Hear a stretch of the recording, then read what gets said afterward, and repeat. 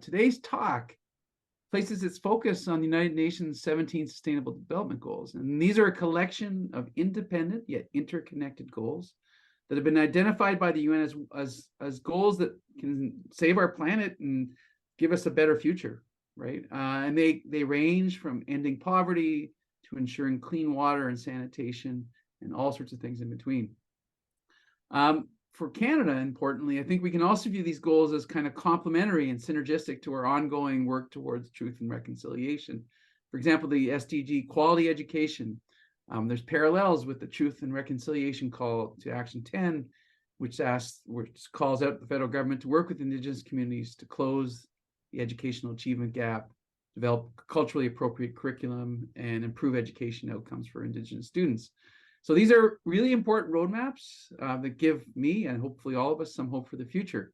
And so with that, I want to acknowledge that we're coming to you today here in Saskatoon from Treaty 6 territory. And this is the land of the Cree, the Saulteaux, the Dene, Dakota, Lakota, and Nakota for millennia, and the traditional land, the homeland of the Métis, a great place of coming together that is nicely represented by our talk on the United Nations, which is another place of coming together. So we're grateful for this opportunity to work on this land, this shared land, to share in its beauty, to reflect on its beauty, and to reaffirm our commitment to the hard and shared and very necessary work of reconciliation. So now it's my great pleasure to introduce to you our speakers, Doctors Daphne Rixon and Fiona Duguid. I'm going to start with Daphne. Dr. Rixon is an associate professor of accounting at St. Mary's University in Halifax.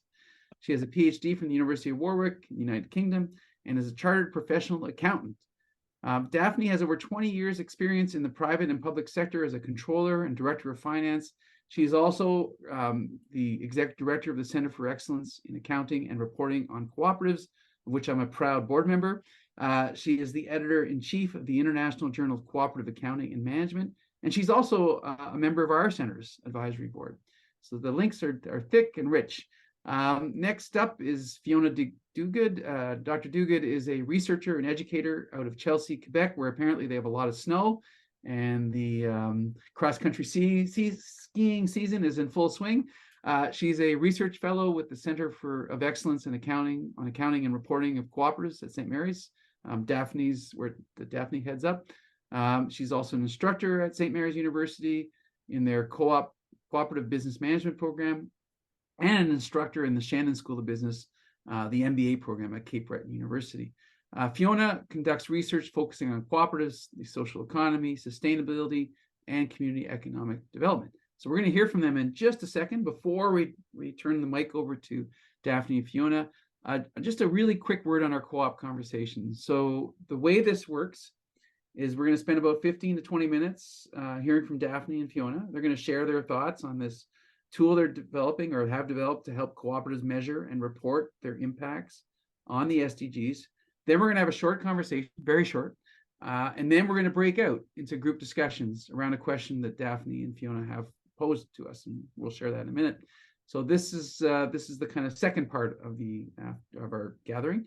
Now we always lose a few people when we do these breakouts, but I urge you to stick around, because one thing we hear repeatedly in the evaluations of these co-op conversations is just how much people value these little breakout informal opportunities to network. They're a way for you to meet new people, maybe feel a bit awkward with those newfound acquaintances, or if you happen to be with people you already know, kind of revel in those retrouvailles, those reacquaintances. So if anyone, and then one last point, if anyone is experiencing technical difficulties at any point in the event, or noon hour talk, you can message Stan Yu, and Stan, please wave to folks. Hi, everyone. Stan's going to be available to assist. Lastly, we're going to be recording this session, and the link for that recording will be shared with everyone who registered for the event, and this will all be emailed to you after the talk. So, Daphne and Fiona, the floor is yours. Okay, thank you so much to everyone for attending the session today. So we're going to be talking about a project that Fiona and I have been working on for a number of years, and it's called Accounting for Cooperative Transformation, Measuring the SDGs and the Cooperative Principles. So I'm trusting on Fiona there to move the PowerPoints along. Okay. So the purpose of our project was really to provide cooperatives with an opportunity to better tell their story about their performance relative to the United Nations SDGs, which you can see on display there, and also to the 7 principles of cooperatives. I won't go through the list. I'm sure most people are well aware of the 7 principles. So the idea here was to identify SDGs that are applicable for the cooperative sector and to link them where possible to cooperative principles. And then the ultimate goal is to create a dashboard where co-ops could enter in their information. So this research is significant in a number of ways. First of all, on a macro level, SDGs speak to the global environmental, social, and economic issues that need to be addressed. And of course, it's now becoming a regular practice in business to understand, measure, and report on impact. At the micro level, it shows that cooperatives in the cooperative sector certainly have a major role to play, and this will hopefully provide them with an opportunity to step up. And at the nano level, we have individual co-ops that can better understand their performance so they can improve their operations, governance, member relations, communications, impact, etc. So the approach we took to coming up with these measures is called action research. So rather than myself and Fiona sitting down and coming up with a bunch of measures that we thought would be useful for cooperatives, we wanted the cooperatives themselves to select these measures. So we started off by recruiting some participants. So we worked with our partner in this project, Cooperatives and Mutuals Canada, to help recruit co-op participants. So with their help, we had 16 co-ops. Some were large, medium, and small, and they were from a wide range of industries. Some were mature, some were fairly new. And we also had co-ops in this project right across the country, from BC to my home province of Newfoundland. So the co-op sector is diverse, as we know, so we needed to make sure that the participants actually reflected the co-op sector. So we started off with an online survey to identify our participants' level of understanding of the SDGs. We wanted to have a baseline to start with. So what we found, though, for our participants, despite the fact that they self-selected or volunteered to participate in this project, they had a lower level of understanding of the SDGs than we had actually anticipated. So we had to kind of shift our approach a little bit. And what we had to do was we basically crowdsourced as many indicators and metrics that we could find. So we looked at GRI, the CEO Water Mandate, CDP Global, etc. So we started with a wide range of sources for various metrics that could measure SDG performance and the co-op principles. So from there, we identified 400 indicators that we could map to the SDGs and the principles. And from there, 151 of these were unique. So that's way too many, obviously. So we ran a frequency analysis to whittle this list down to 50. And 50 is still challenging because the bulk of co-ops, of course, would be regarded as small to medium-sized enterprises. They're not all large like the cooperators or Event City, and they would have, lots of analysts to do this type of thing. So we're trying to come up with an approach that would be suitable for small to medium enterprises to participate in, recognizing that they wouldn't have a lot of staff members to work on this. So then our participants analyzed the 50 metrics using 4 criteria. How important was the metric for their stakeholders? Was it even feasible to gather this information?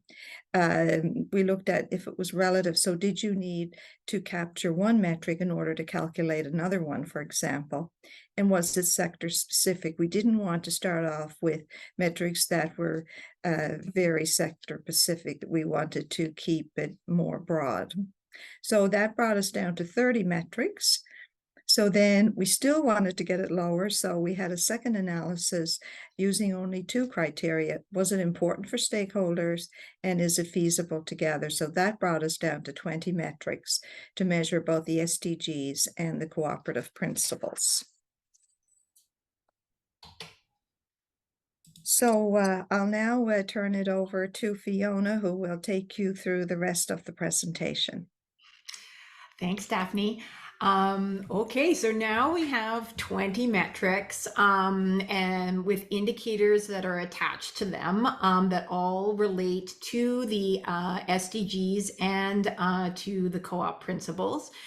And so with this information, we were able to now start to develop an online tool. And so what you can see on our screen right now is the home screen for ACT.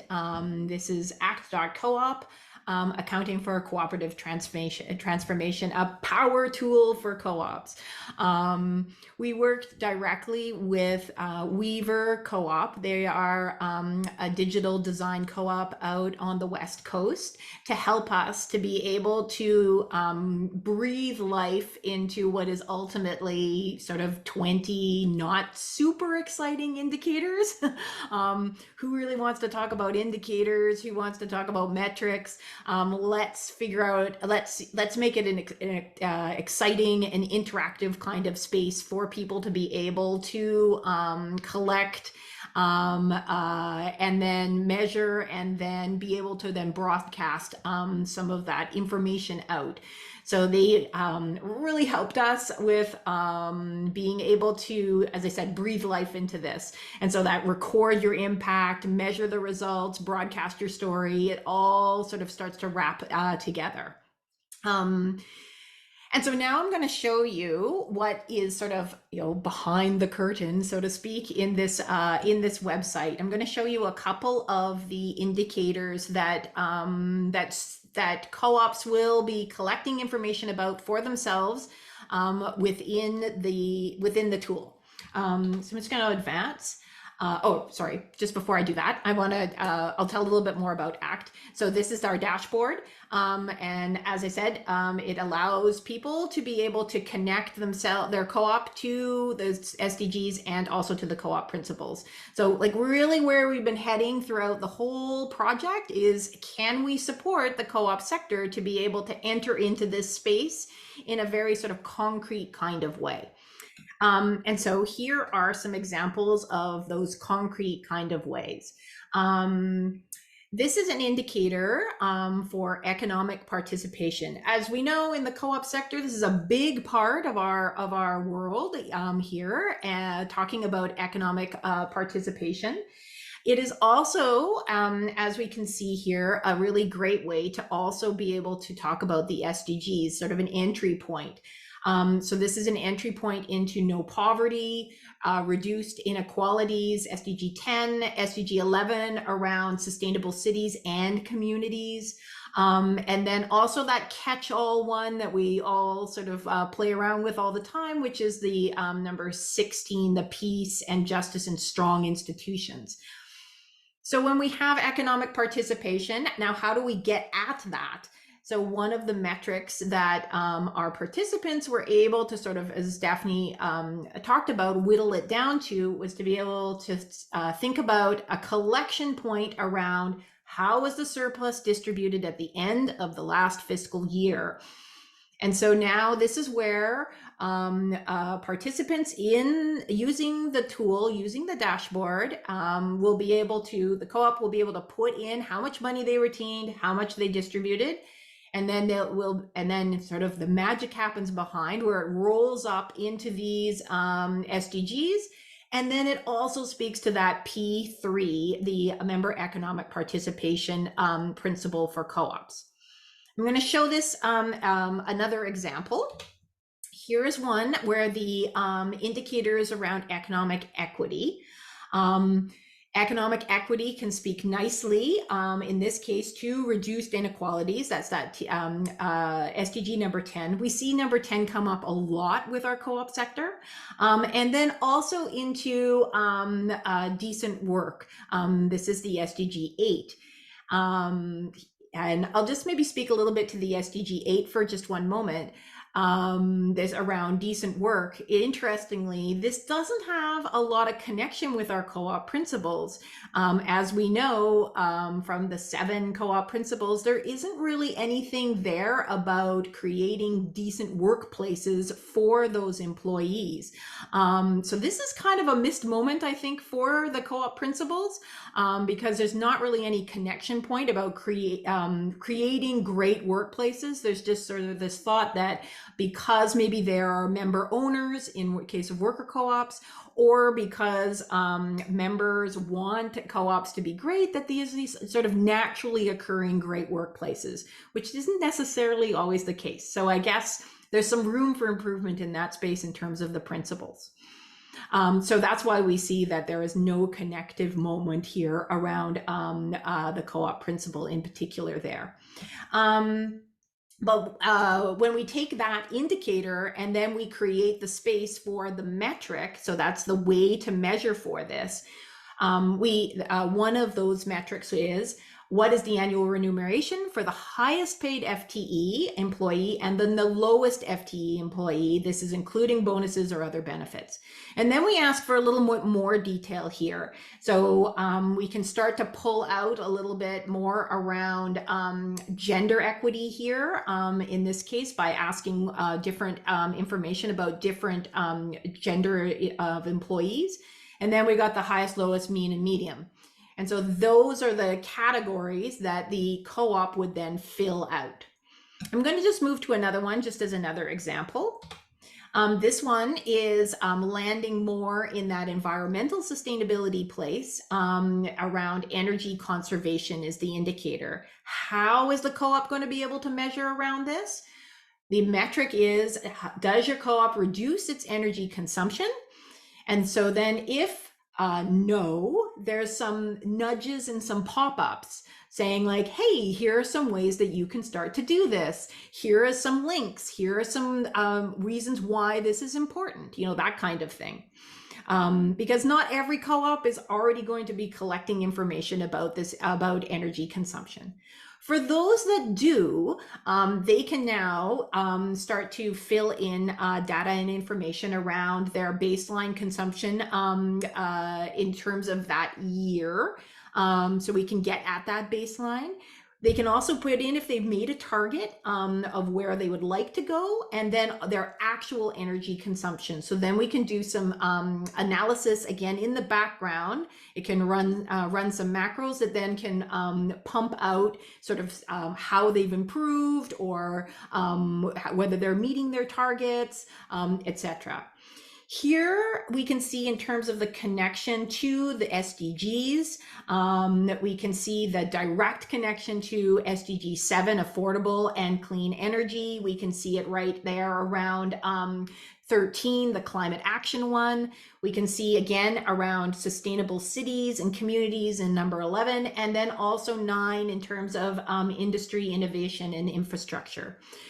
As we also know in our co-op sector, and you're thinking about our principles, the catch-all is often that P7, which is concern for community. This is often where all the environmental stuff gets housed when we're thinking about our co-ops and thinking about performance, thinking about impact, thinking about different types of activities that co-ops are doing around the environment.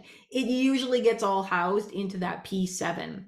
Again, is there an opportunity here to expand the principles to think about a more concrete environmental principle?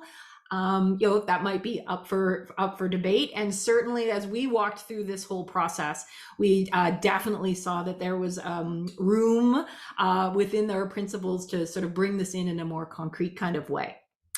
All right, so what does this all mean?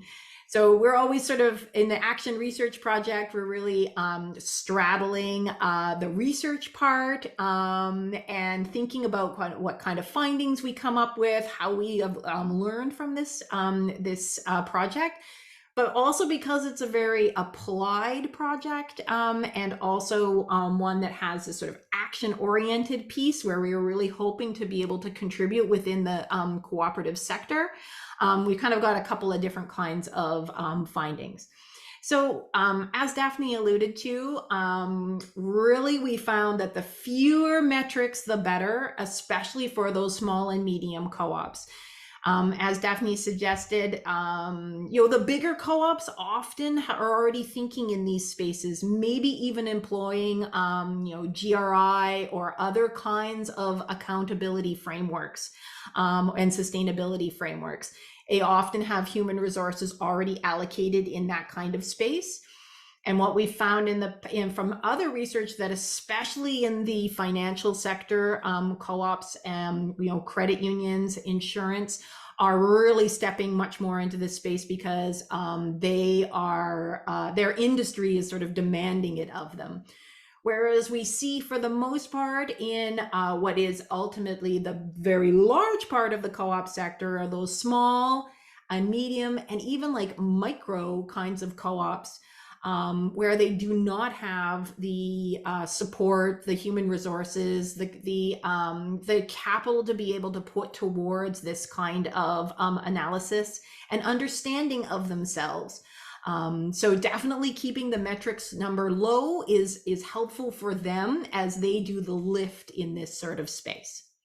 What we also found was that we were able to find metrics that worked both for the SDG and the cooperative principles, but it was sometimes difficult. And I've alluded to some of that as I went through just the three that I showed. There are lots of overlapping and embedded values and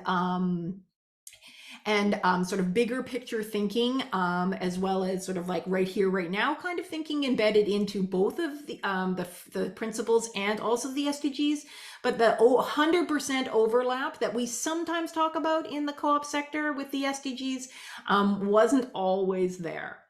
Another piece just around this more sort of applied nature of our project was really tricky to find the sort of sweet spot between creating metrics that were meaningful and provided co-ops with a better understanding of what they were doing, as well as also feasible in that they would be able to actually collect this information, that were rigorous enough that carried some weight to them, but at the same time wasn't such a huge lift, was really tricky. So there are many, many indicators that are much, much more, I would say, like meaningful or robust in terms of what the co-ops could then know about themselves and be able to report about themselves. But they just were not possible for co-ops at this point, at least, to be able to do and to make that lift on around collecting the data.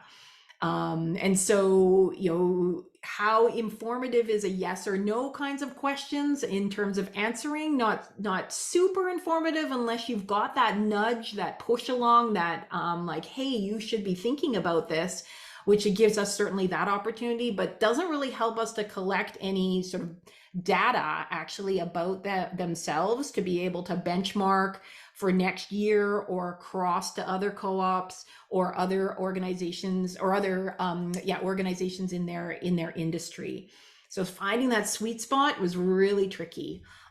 We're very much hoping that maybe these first 20 are sort of the launch 20, but aren't necessarily going to be the ones that are around in 2 years, in 3 years, in 4 years, 5 years time. That as co-ops become more adept at being able to collect information about themselves in this kind of way, thinking broader in terms of their co-op and the co-op principle and the SDGs, that they're going to become more used to then collecting sort of additional information about themselves than just maybe what CRA, for example, is asking of them in terms of their financial reporting. And then finally, just like a message or a finding around our methodology that we used.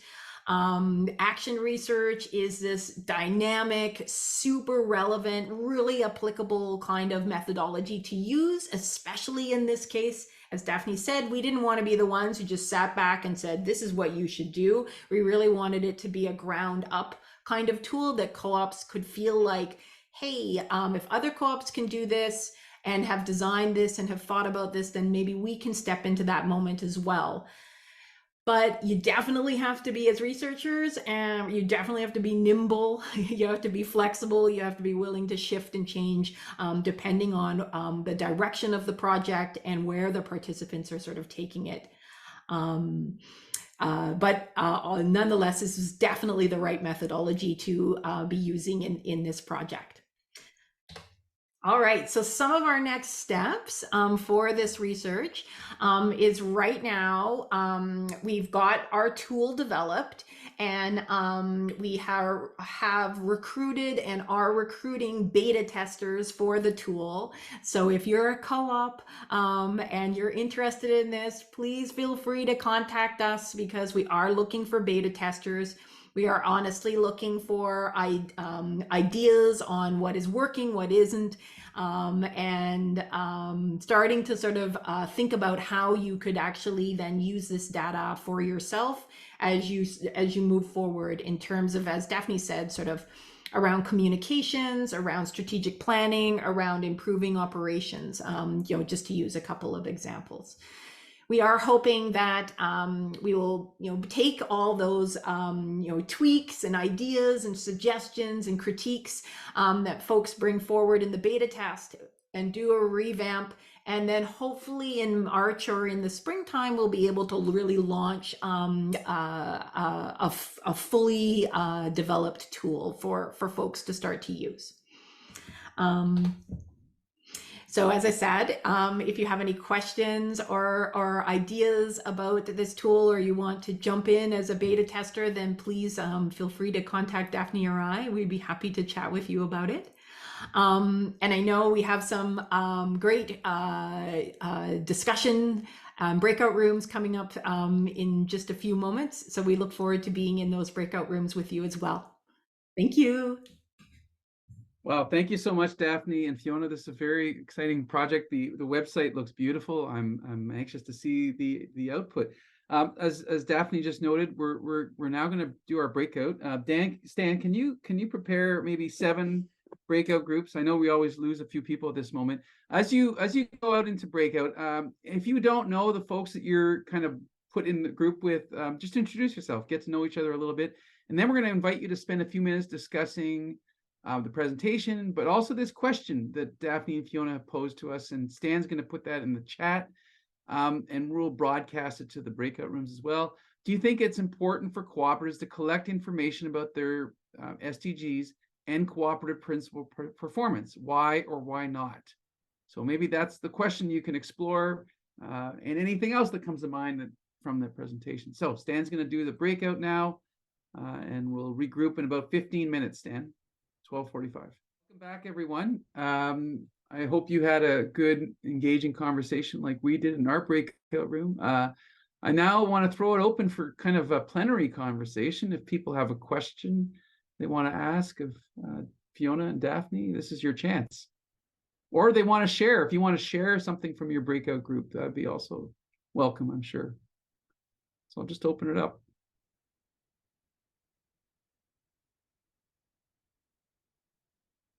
I'll let the awkward silence linger for just a few more seconds. maybe let me break the silence. Go ahead, Machi. Yeah, we talked a lot about the importance of having the numbers or measuring these aspects, but we also had as a talk or just a talk about the issue of combining the quantitative numbers and with the qualitative, and how does that work? For example, like it's a good idea to have numbers like showing maybe if there's a clause in the gender gap, for example, like how many women are sitting in the board of cooperatives, something like that. But also there is this qualitative piece that is kind of missing sometimes, which can be important in sharing the success stories. So if there's a way of improving and including the qualitative piece, but again, we're raising the issues of how complex it is. Of course, it is like the complexity of involving those things, those pieces. So that's what we have, but I'm not doing justice to what we talked about. It was really interesting. So I think my group members can add on or clarify on some issues. Well, thank you for breaking the silence, Machi. Machi's a postdoctoral student with us, by the way, studying smallholder women-led cooperatives in East Africa. There you go. But Fiona or Daphne, do you have any reflections on Machi's point? Qualitative piece. I love the point. I think it's great. And I think you're bringing forward a tremendous opportunity. At the moment, we've asked them to mostly just put in their quantitative information, if they have it, to collect that information. There are a couple more open-ended kind of questions where they could put in some what ultimately would be a little bit more qualitative. But I do agree that there are opportunities for them to sort of breathe a little more life into those numbers in a quantitative or qualitative kind of way. I love that. Let's. I've written it down. Well, thank you, Fiona. I mean, it does bring to mind a question that I had in the background, which is, and Daphne pointed out in our breakout, that the data are kind of not shared. In other words, you see your data, and you'll be able to track your trajectory. There will be an aggregate story told. But from a research perspective, do you see yourselves doing anything else than otherwise with the data? Yeah, well, certainly not just from a research point of view, but also from, cooperatives and credit unions point of view. Once we have a critical mass of co-ops entering in their information, you'll then have enough data where you will have statistically valid benchmarks. And I think being able to compare yourself to either your own sector, or you can compare to all co-op sectors, you can slice it and dice it any way you wish. So I think that's very informative for cooperatives and for their board directors, because you can see how well your co-op is performing relative to others. And I think that might, serve as a bit of a nudge factor for some to either undertake new initiatives or to improve things they're currently doing. And it also helps, I think, boards hold management more accountable. If your performance is well below your sector on a certain one of these measures, it just might be helpful to, get the organization moving in the right direction. Right on. Okay. I see Dion has a question. Before I pass it to you, Dion, I just want to note that we have a benchmarking tool for our governance in cooperatives, and it's used precisely in the way that Daphne just outlined. So I just want to flag that. Dion, go ahead. So first of all, I loved your presentation. I thought you've done a ton of work, and it's really neat. And I think these kinds of tools can be really helpful. We had a great conversation in our group, and Vern raised this really great point about one of the reasons we want consistent metrics is because we want accountability. But one of the challenges associated with that for me is this idea of like having consistent metrics to compare ourselves.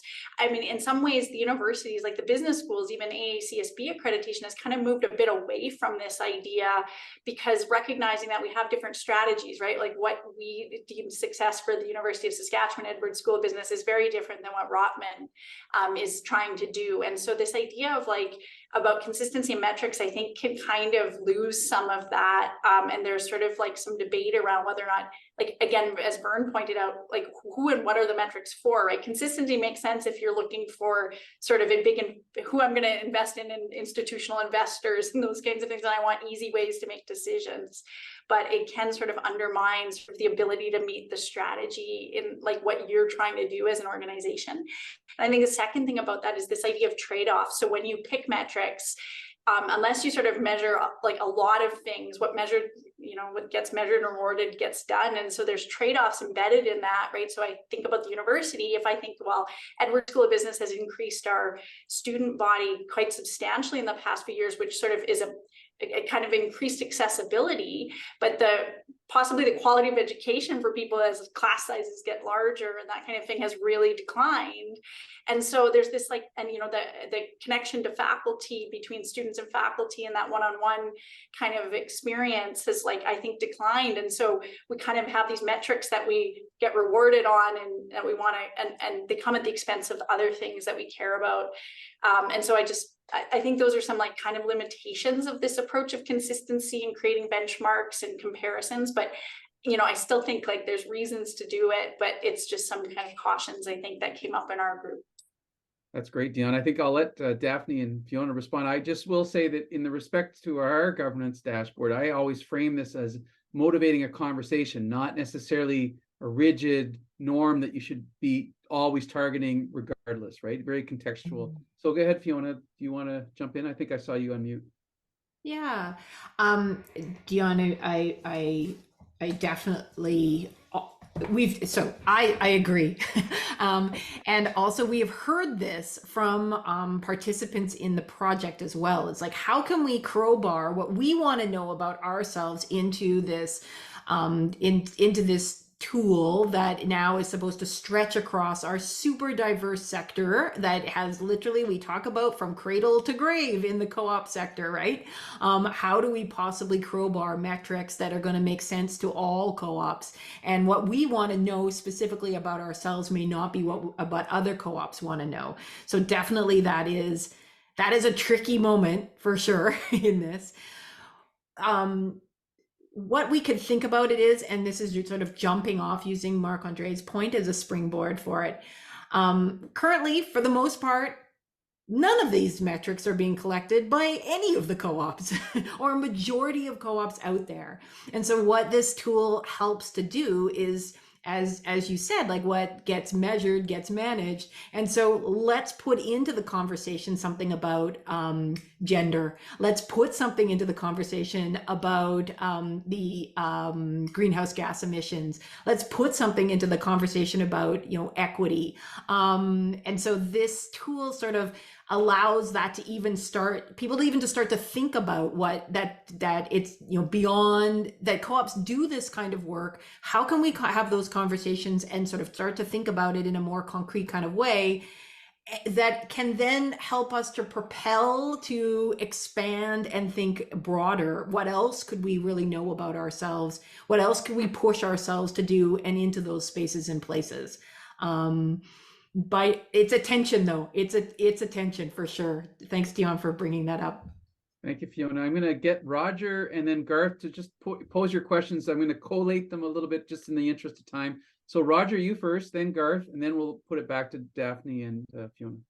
Go ahead, Roger. So I guess it's kind of more a comment, but the idea of communicating with other sectors through the SDGs. So if you think of the nonprofit or voluntary sector, where it's human service organizations or environmental organizations, of course, the SDGs are exactly articulating what they want, and they are looking at it. So I'll just post in the chat. This is the South Saskatchewan Community Foundation's annual report, where it's looking at building the SDGs in along with their own local goals. All right. So just because there's global goals doesn't mean a co-op or a nonprofit or a sector wouldn't want to talk about sustainable development in terms of their own local goals. And the key thing isn't competition here. The key thing is speaking the same language, and it's motivational, right? So, the idea that a member of a co-op would feel much better as a member and want to shop there because they embrace the idea of looking after the long-term future of their kids or what have you. The other key part here too is the nonprofit or voluntary sector are key innovators if we're going to be customizing our economies and livelihoods to our local regions and ecosystems, because they have core knowledge that is needed to do that. So to the extent they end up pioneering a lot of new business opportunities through volunteerism that then can be scaled up into an actual market model, if the co-ops aren't actually talking to the nonprofit sector with a common platform, which sustainable development allows for, we aren't actually tapping into the sort of really, really cutting edge innovation that's going to be shaping what we will be selling in a co-op or what we will be doing in terms of housing or what have you. So, so there's a number of good reasons there. Well, thanks, Roger. That was really, really interesting. Some good perspectives. Garth, I see you have a comment in the chat. Is that what you want to say? Is that? Yeah, basically, as Dion mentioned, it occurred to me that going to my board and saying, yeah, let's measure all these things, the reaction will be, what a load of crap. And they won't be interested. If I can go to my board and say, okay, this is what worked for this co-op or credit union or organization, and this is why it worked, and this is how much they improved in this area, then I've got something I can go to my board with and say, why don't we do this? Rather than, why don't we measure a whole bunch of numbers and we don't know who's going to look at them or why they're going to look at them or what they're going to do with it. So I think in terms of implementing it, and sorry if I was being rather rude there, but but that's the reaction that I'm going to get. And if I instead can look at what works and why does it work, and that's what I really want to know. Can I jump in with a very quick answer on that one? Go ahead. I love what you're saying. Like, what's the value add, basically, is your big question there, and why would I measure all this stuff?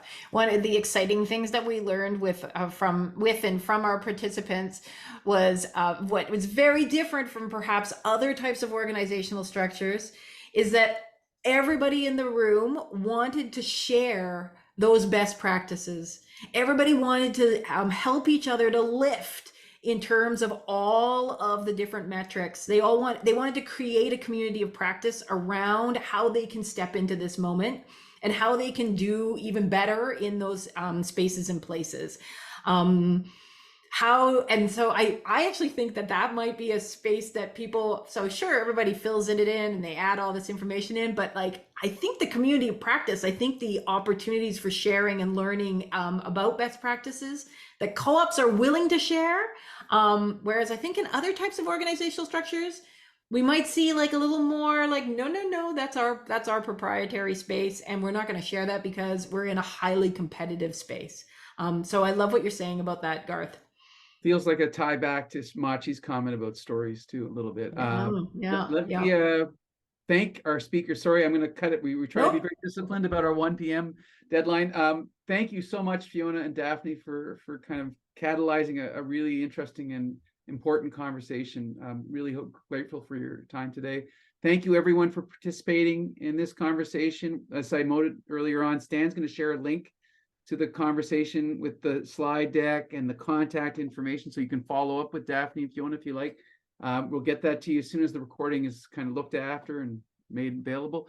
Our next co-op conversation, I want to flag this. This is an exciting one. January 3rd, our speaker is going to be Lene Rachel Anderson. She's an economist, futurist, author, and head of the Copenhagen think tank Nordic Bildung. She's going to be talking about this really interesting school model that's between high school and university that is organized along cooperative principles and is very pervasive in the Nordic countries. And she attributes the success of those countries, both economically and socially, to this model. So I think you're in for a treat. If you want to join us on January 3rd, you're going to learn something that very few people know, but that's catching fire. There's interest in this model in at least some parts of Western Canada. Thank you all again for taking the time to attend our co-op conversation today. We hope you have a great rest of the day, great holidays, and join us for the talk with Lene on January 3rd, the first Wednesday of every month. Take care, everyone.